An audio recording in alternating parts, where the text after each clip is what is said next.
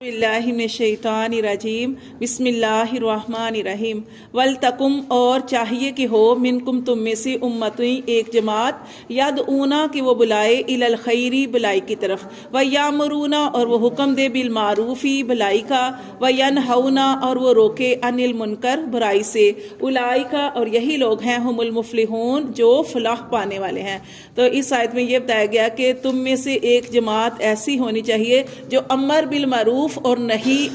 अनिल मुनकर करे। अमर बिल मारूफ क्या है? अच्छी बातों का हुक्म देना और बुरे कामों से रोकना। क्योंकि नबी सल्लल्लाहु अलैहि वसल्लम के बाद कोई नबी नहीं आएगा, आप सल्लल्लाहु अलैहि वसल्लम आखिरी नबी हैं, आपके ऊपर नबूवत ख़त्म हो गई है। तो अब आप सल्लल्लाहु अलैहि वसल्लम ने ये ड्यूटी अपनी उम्मत की लगाई है कि मेरी उम्मत जो है वो आगे इस दीन को पहुँचाए, जिसको जो जो पता है, जैसे कुरान है, हदीस है, आप सल्लल्लाहु अलैहि वसल्लम की सुन्नतें हैं, आप सल्लल्लाहु अलैहि वसल्लम की जितनी भी आप सल्लल्लाहु अलैहि वसल्लम की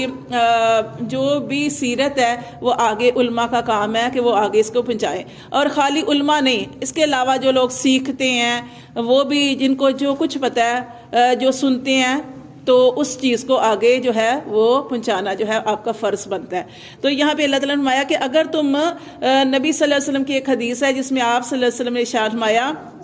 कि जब किसी को बुराई करते हुए देखो तो सबसे, यानी ईमान के दर्जे है ना, तो पहला क्या है कि जब किसी को बुराई करते हुए देखो तो अगर तुम्हें ताकत रखते हो तो हाथ से रोको। अगर हाथ से किसी को रोकने की ताकत नहीं रखते तो फिर जुबान से रोको, जुबान से कहो कि ये जो तुम कर रहे हो ये गलत है। अगर ये भी नहीं कर सकते,